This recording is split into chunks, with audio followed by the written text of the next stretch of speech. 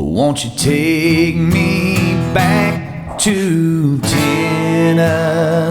The award-winning Tennessee WildCast is on the air with the latest info about hunting, fishing, boating, wildlife watching, and all things outdoors. This episode is brought to you by GSM Outdoors, whose vision is to preserve the sportsman's legacy, fuel innovation, and enable the next generation of outdoor enthusiasts. Think outside. That's where you'll find us. Now, make welcome your host, Jason Harmon. Hello, everybody, and welcome to this edition of Tennessee WildCast. We're glad you're tuning in. Thanks for watching. Thanks for listening. We got an awesome show lined up for you today. We sure do. Something different. And that's the voice of Don King. Yeah. Hey, how about a radio station shout-out before we get things going here? WZYX. This is the station that started it all. This is our flagship in Cowan, Tennessee, and we appreciate them so much. 6 a.m. Saturday mornings, you hear us right here on the air. And anyway, we appreciate WZYX and all our other radio partners as well. Definitely. It's really cool to know we're on the radio out there. I know, yeah. Like I've said many times, from Mountain City to Memphis, you can hear the show, and you can hear us on your ride in to work if you tune us in on a podcast. Or watch us on YouTube when you're sitting at home, nothing else to do. I know. We were talking about those folks, especially the I-24 folks that come in the morning. It's sometimes it can be a slog, and put a WildCast to help you get past all that. Yeah. We can get that extra view or extra listen if Josh would tune us in. Going to push it over the top. Okay. No, we appreciate everybody out there tuning in. And like we say from week to week, just keep coming back, like, share, explore our channel, and you'll find something out there you like, hopefully. And we got a fun show lined up today. Like Don mentioned, it's all about the State Wildlife Action Plan, and we're going to learn more about that. But first, I'm going to introduce the guest, and then we'll learn a little bit about them. Josh Campbell, Chief of Biodiversity, had you on a couple weeks ago, and we talked about the Biodiversity Summit. Yes. So we'll maybe plug that as well. And then we got Mr. Chris Simpson. He's the Assistant Chief of Biodiversity. Glad to be here. Thank you for having me. Yeah, thank you both for being here. How about y'all just jump in and share a little bit about yourselves? I know you both been on the show before, but remind folks who you are and what you do. Yeah, so I'm the Chief of Biodiversity. Been with the agency a little over 22 years. Had a very, very enjoyable, highly productive career, mostly in biodiversity, but I started out as a technician at Tellico Fish Hatchery, way off the beaten path. Oh, yeah. That's a fun hatchery. It is. But I didn't spend a lot of time at the hatchery. My job was actually the long haul driver, so I actually stocked tailwaters and rivers all the way from South Holston Reservoir down to Hiwassee River. Wow. So I put a lot of miles on a truck in about 2 years. And ended up joining Biodiversity after that. So was that the big trucks with the booms that swing out, or no? Okay, you're just out there netting them. How'd you stock them? Yeah. So most of mine were just pull up to a boat ramp, pull the lever, and shoot them. 3,000 fish would fall out. So now, if I went to Collarwood or South Holston River or South Holston Lake in the wintertime with lake trout, we would get up to 10, 12,000, but fish, just because they're smaller. Yeah. But most of the fish I stocked were usually 3 to a pound. Okay. A little bit smaller than that, but it was year round. So we stocked fish year round. So man. So I put a lot of miles on in 2 years. That's cool. Yeah, a lot of people don't know that, and it varies in size, like you said, but a lot of times stocking, it's frangerlings or smaller, fry and things. And so, it's a lot of fish going in, but it takes a little while for that generation to grow up. Yes. Yeah. Yep. Very cool. So, Chris, tell us a little bit about yourself. Well, Chris Simpson, I'm Assistant Chief of Biodiversity Division on the terrestrial side. We've got an aquatic side. That's Jason Miller. He's Assistant Chief on the aquatic side, and he's with the dive team. They're out doing in-service today. But on the terrestrial side is where I spend most of my time. And like Josh, I started in fisheries also. Okay. I started stocking trout too, but I was more up in the mountain streams.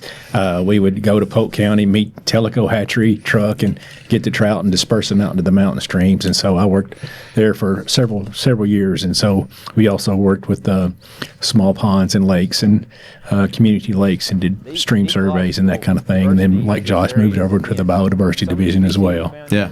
So you and Josh was Region 2, was Middle Tennessee, and you were Region 3, right? Yes, sir. Yeah. Region 3 for like 28 years. Yeah, and now you're in Nashville. So Yes, sir. big city.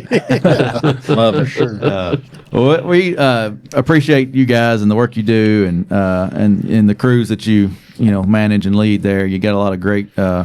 Which I learned in the Biodiversity Summit show that we did a couple weeks ago, that your division is pretty small, smaller than I thought. 27 Yes. employees, but a lot of work gets done with those guys. Tremendous and amounts. gals. Got a great staff underneath us. Very enthusiastic. They sometimes we have to tell them to go home so they don't work too much. So we don't want them to burn out. So. Truly love their profession. That's evident. Oh, yeah. Yeah. Oh, I think it's easy to do across the state. I mean, whether you're in law enforcement or wildlife or biodiversity or fisheries or even PR, I mean, you can work too much. You got to take some time off every now and again. Enjoy what all the other sportsmen and women out there enjoying. Anyway, all right, let's dive in a little bit. How does biodiversity differ from wildlife? From wildlife within the agency. So the difference between what you guys do and what wildlife does. Yeah, so it's a good question. Basically, wildlife handles most of the charismatic species or charismatic species, that deer, turkey, quail, things that have a hunting season on them. So Okay. we handle everything that cannot be hunted or fished in the state. And a lot of people don't understand that the wildlife agency, has the regulatory authority over things like crayfish and mussels, Right. and bats, and so that's the critters and that wildlife that we handle in biodiversity, and that's what kind of separates us from wildlife division itself. So it's a lot. It's about 1,600 species. So it keeps Compare us that busy. to the handful of game species, Yes. that get all the attention. Yes. And you guys are taking care of the rest, which is huge. Yes. Absolutely. Yeah, it's a lot. So It's a lot, yeah. And we mentioned in the other show, and I hope I'm not jumping the gun here, but like the number of species, and I got it on one of these pieces of paper in front of me, but I mean, you got 400 bird species, 350 fish species. Some of these, I guess, are game, but Yeah. this is overall. But I mean, you're managing most of these: 140 mussel species, 75 crayfish, 65 reptiles, 77 mammal, 85 amphibian, and 401 snail. I mean, that's amazing. Those numbers. it is. y'all are doing So with. speaks a lot about the state and how significant Tennessee is. And how biodiverse Tennessee How is. biodiversity Yeah. is. So Yeah, it's amazing. Like you said in the beginning, when you think about the habitat from Mountain City to Memphis, it's immense. And then with over 12,000 caves in between, it's just tremendous biodiversity. Yeah. Well, let's jump into SWAP. So, what is SWAP, or State Wildlife Action Plan? And then that's what we're talking about. So, what is that? Yeah. So, back in 2005, all states were required to develop a state wildlife action plan as a part of dedicated funding being provided by the federal government. So, we developed that plan in 2005. It was the first. It actually had a different acronym. Conservation, what was it? CWCS. Yeah. So Conservation Wildlife, Comprehensive Wildlife Conservation Strategy. Okay. Sorry, it's only been 20 years ago. But after 2005, it changed to SWAP. But when these plans were written, so every state had to develop a plan, and a lot of other U.S. territories and things like that. So when that was completed, it represented the most comprehensive conservation planning effort that had ever taken place in the country. Right. So it was a really significant undertaking for everybody to do. But one of the highlights in the plan are species of greatest conservation need. And the goal of the plan is to kind of keep species from being listed. And species of greatest conservation need are species we're worried about. If they're not listed, they're going to be listed. But collectively in 2005, the states identified over 12,000 species of greatest conservation need across the country, which is really significant when you consider there's only about 1,800 listings under the Endangered Species Act.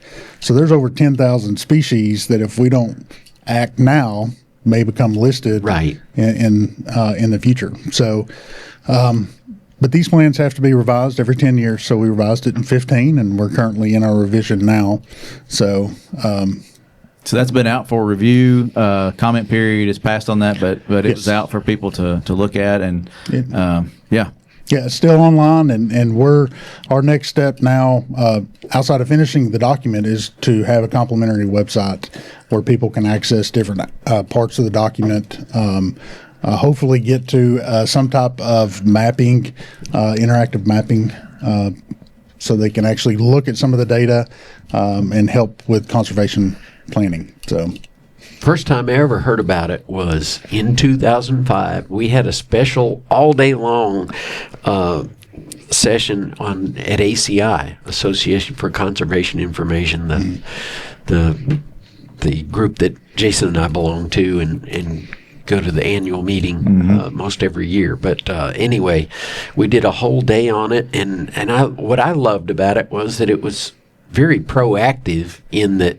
Like you said, Josh, you're looking at these species that are heading toward the endangered species list. What can we do to supplement what's going on with them now to remedy some of that, to take a proactive approach so to keep them from being listed? Yep.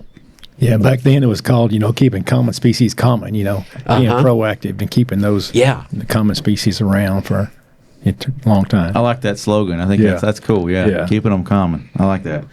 Well, what are the steps? What steps are listed in the swap to protect these species? There's quite a few.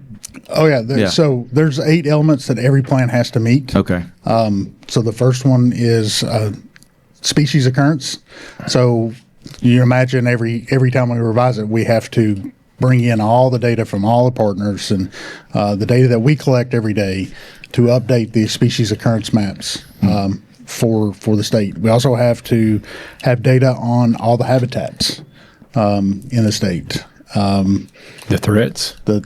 Yes, we have to identify the threats and stressors to the species and these habitats in the state, as well as conservation actions to help minimize or eliminate those stressors or threats. Then there's monitoring, how we identify how we're successful. I'll let you finish.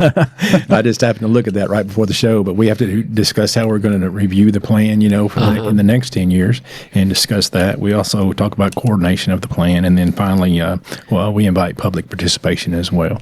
So those are the 8 key elements that all 50 states and 5 territories have to address to get their plan accepted through the U.S. Fish and Wildlife Service. And so the State Wildlife Action Plan qualifies us to receive state wildlife grant funding, federal dollars that come back into our program and helps pay for our salary, and then additional programs or contracts and research projects that we want to do with different universities and research institutions. That's neat. That's what I was going to say.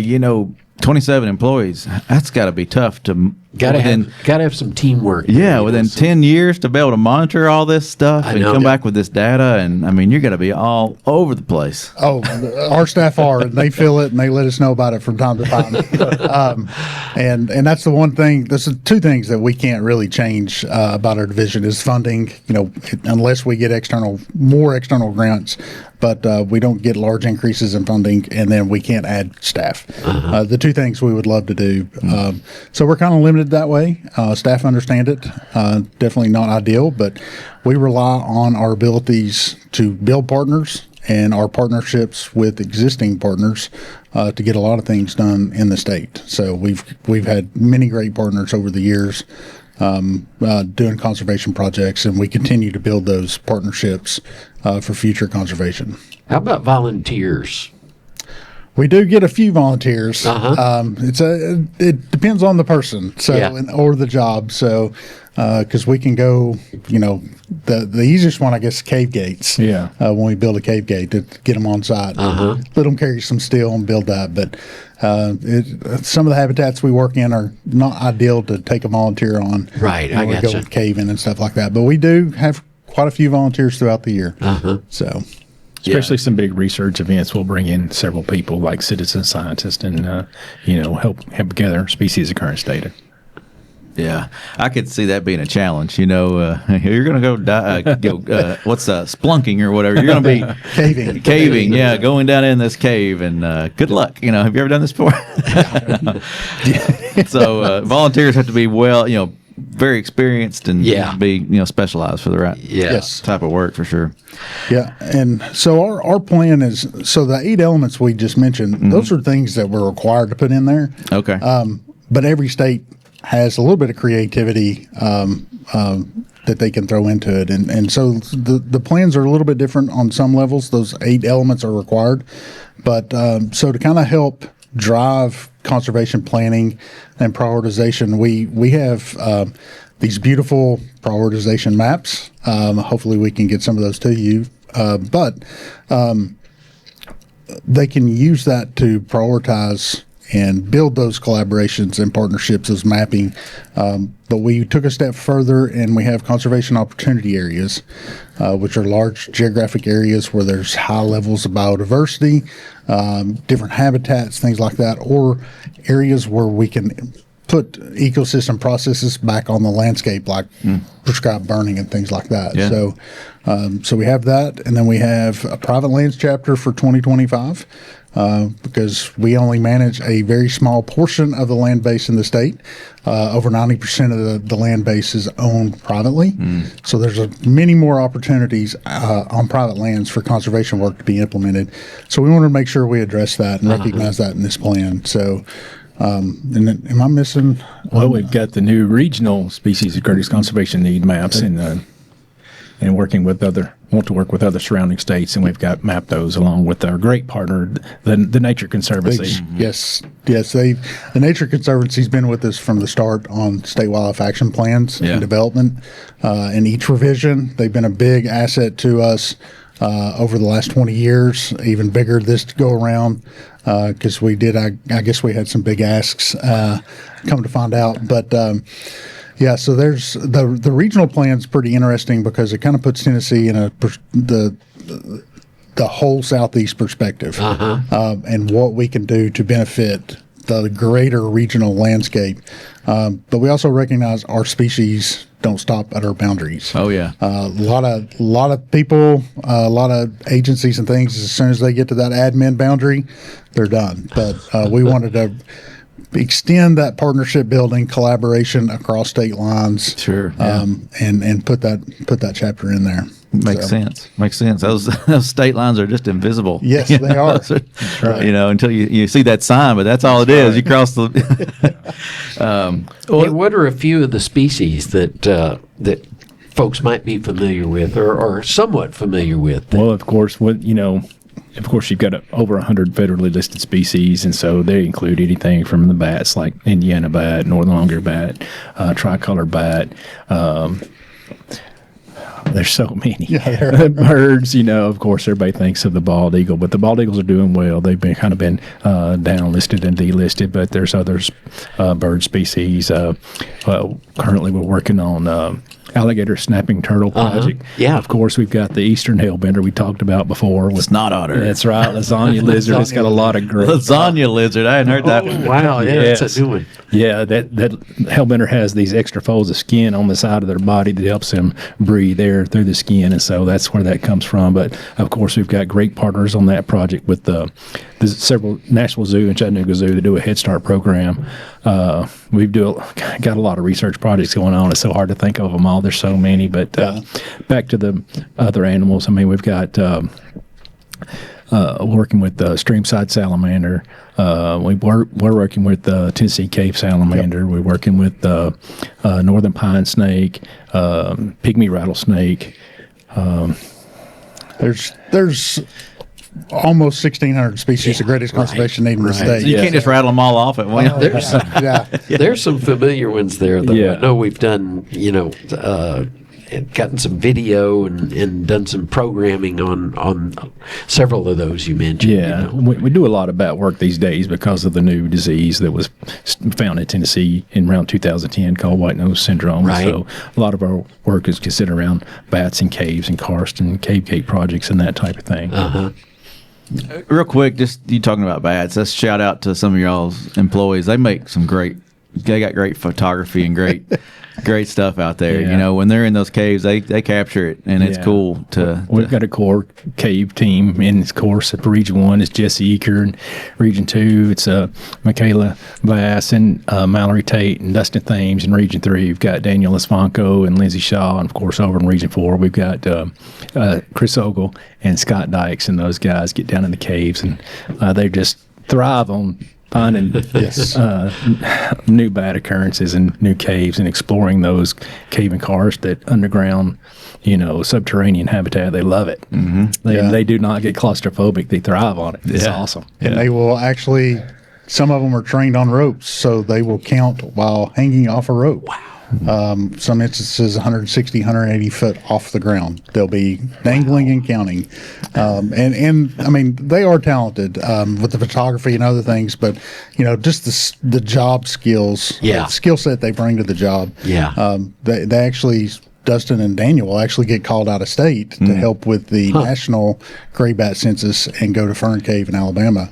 And dangle off those ropes and count bats. It's the largest hibernacular for gray bats in the country. So there'll be over a million bats, gray bats in one cave. Fairly endangered gray bats in that cave. And so to bring that back, those people are out looking for endangered species, and so they get that data, they bring it back, put it in the database, and that helps TNC and others map those priority habitats across the state. Yeah. And that'll be, when you see the SWAP website, that'll be those maps that have the highlighted areas across the state that are just so vibrant.